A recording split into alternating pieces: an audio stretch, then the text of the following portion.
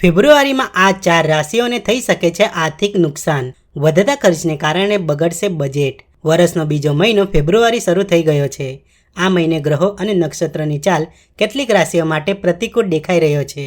જ્યોતિષીઓના મતે આ મહિને કેટલાક રાશિઓના લોકોને નાણાકીય દ્રષ્ટિએ મોટો ઉતાર ચઢાવનો સામનો કરવો પડી શકે છે.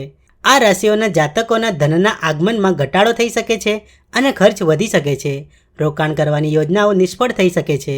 ચાલો તમને આ રાશિઓ વિશે વિગતવાર જણાવીએ. મિથુન રાશિ.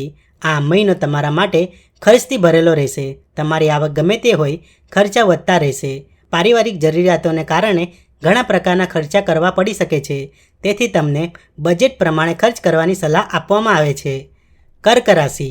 ખર્ચને કારણે આર્થિક સ્થિતિ પર સતત દબાણ રહેશે. નાણાકીય નુકસાન થવાની શક્યતા દેખાઈ રહી છે.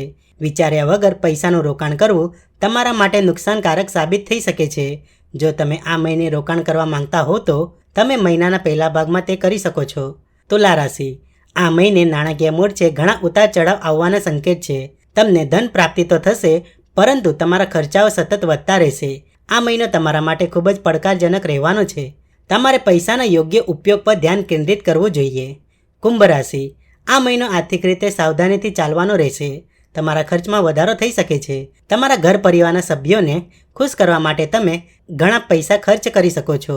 પરિવારની કુલ ઘરેલું આવકમાં વધારો થશે, પરંતુ તમારી વ્યક્તિગત આવક પર દબાણ રહેશે. ધન વૃદ્ધિના ઉપાય. દરરોજ સવારે સ્નાન કર્યા પછી દેવી લક્ષ્મીની પૂજા કરો. દેવી લક્ષ્મીને સુગંધિત અત્તર અર્પણ કરો. આખા મહિને દર શુક્રવારે દેવી લક્ષ્મીને ખીરનો ભોગ ચડાવો. દેવી લક્ષ્મીની સામે ઘીનો દીવો પ્રગટાવો અને કનકધારા સ્ત્રોતનો પાઠ કરો.